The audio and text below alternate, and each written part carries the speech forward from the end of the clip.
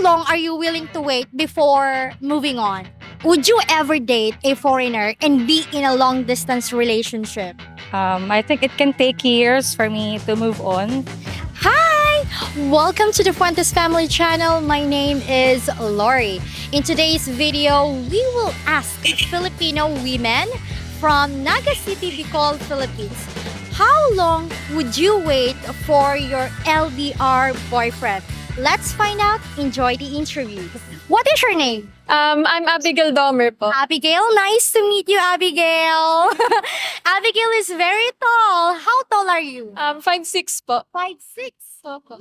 Are you joining pageants? I haven't tried pageants, but I already tried modeling before. Modeling.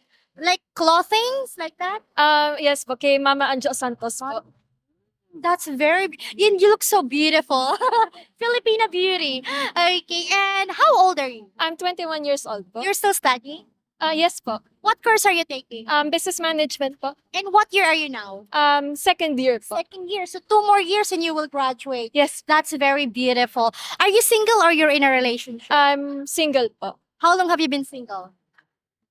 Just counting. 5 years po. 5 years. Oh, I see. Okay. Anyway, let's say, Abigail, you have a long distance relationship boyfriend, right? LDR boyfriend. And he told you that he will visit you in a year and he couldn't. So now, how long are you willing to wait before moving on? Usually I'm willing to wait 2 years po. 2 years. Opo. Why 2 years? So that I can contemplate on my decisions. Oh, that's fair. Fair enough. I see. For the second question, would you ever date a foreigner and be in a LDR? Actually, I was already planning about that. And I was willing to date a foreigner in case man mangyari sa akin. In case it happened to you. Opo. I see. What is your name? So, I'm Hazel de la Punta. Hazel. Nice to meet you, Hazel. How are you today, Hazel? I'm good. I'm feeling good. You're feeling good. I'm happy to hear that. Anyway, are you single, Hazel? Yes, ma'am. Yes. How long have you been single? Since the day I born. So no boyfriend since birth. Okay. So Hazel, let's say you have a LDR boyfriend and he told you that he wants to see you in person for the first time in 1 year. And then all of a sudden he wasn't able to come here and see you. So the question is, how long are you willing to wait for your LDR boyfriend before moving on? I guess as long as you're willing to wait now. As long as you're willing to wait. Yes. If you truly love the person, then why not wait for for more than 3 years or 5 years? No. Oh, you're willing to wait. Okay. 3 or more than. Yes. Okay. As long as you love that person, Yes. right? Yes. Okay. Would you ever date a foreigner and be in a long distance relationship? Maybe. Maybe. Yes. So that's a yes. If I find my the personality of a foreigner, if I really like them. Okay. If you like the personality of the foreigner. Okay. And I think if you also love him, right? Yes, of course. I won't date. I'm dating to marry now. Oh, dating dating to to marry. marry. Oh, so you want like for example, if you have a boyfriend now, you want that person to be your last. Yes, ma'am. It's very beautiful. Okay, what is your name? Miss Danita na lang po. Miss Dani. Miss Dani. Danny. That's a very cute name. Nice to meet you, Danny. How are you today? Okay naman po. Galing sa work. Okay. Came from work. You came from work. Yeah. So, may we know what's your job? I'm a teacher. I'm a That's teacher. High school, elementary, Preschool. preschool. Yeah. Preschooler. Like kindergarten. I'm a kindergarten teacher. So you must love kids. Yeah. Sure. I have a kid eh. Oh, you have a kid. Baby boy. A baby boy. So you're a single mom? Yeah. Oh, I see. Let's say you have a long distance relationship and he told you that he's going to visit you in 1 year and all of a sudden he couldn't and it's been like over a year. The question is, how long are you willing to wait before moving on? I think it can take years for me to move on. Kasi hindi naman natin sure ang time. Pero feel ko years na lang para safe. So she couldn't tell, but for her it could take like take for her years before to move on. But how long would you wait for him? Like, are you willing to wait for him Yeah. before moving? Years? It can be years pero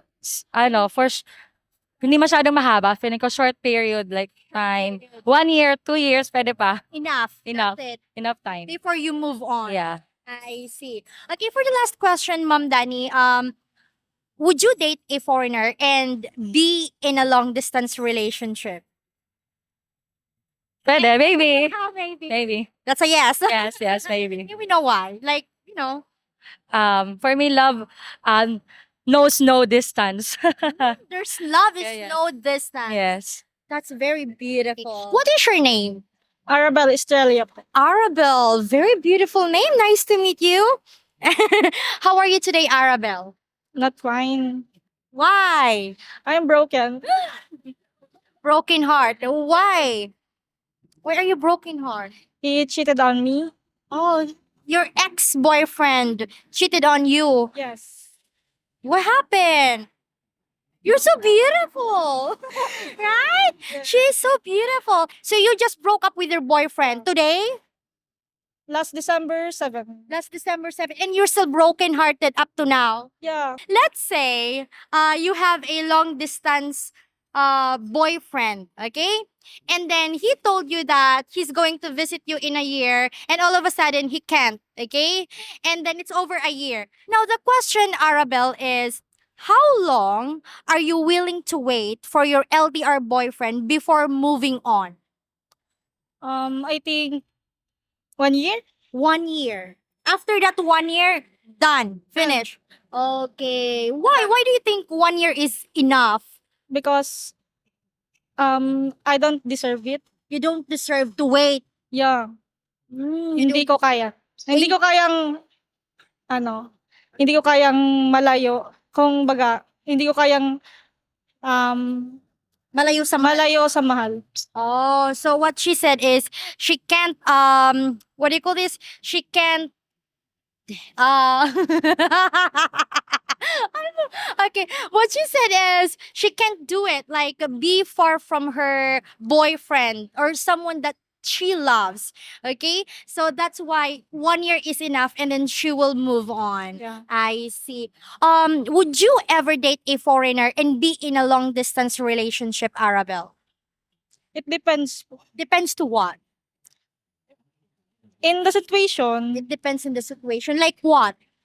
Kung okay naman po kami kung okay naman kami sa communication na kahit malayo, papatuloy po namin. Pero kung hindi ko kaya, hindi ko po papatuloy. Oh, so if her and her boyfriend are okay with, in a long distance relationship, and if she can, do it, then yeah, right? But if she cannot continue that, then no more. That's it. What is your name? Arian. Arian, nice to meet you. Our neighbor, her name is Arian. Okay, anyway, how are you today, Arian? I'm fine. You're fine. Yeah. That's good. Okay, anyway, you're working, right? Yeah. May we know what's your job? Front desk office. Front desk? Yes. Front desk clerk. What is that? Are you working in a hotel? Yeah, I'm a hotel. Oh, may we know what's the hotel? I can say that. Yeah, you can. That's free advert. It's in a Crown Hotel. Crown Hotel. Oh, nearby the Crown Hotel. Anyway, let's say, Arian, you have a long distance relationship boyfriend, and then he told you that he's going to visit you in a year to, to see each other in a person for the first time, and all of a sudden he couldn't. Okay, so now the question is, how long are you willing to wait before moving on? Maybe 1 or 2 years I can wait. 1 or 2 years. Yeah. If I have faith for him to do his promise, so I can wait until 2 years maybe. 2 years maybe. Yeah, if he cannot fulfill his promise, then it's time to move on. It's time to move on. Would you ever date a foreigner and be in a long distance relationship? Maybe not. Because I don't see myself dating a foreigner. Why? I just don't. You just I see. Well, anyway, thank you so much, Arian. Salamat. Salamat po.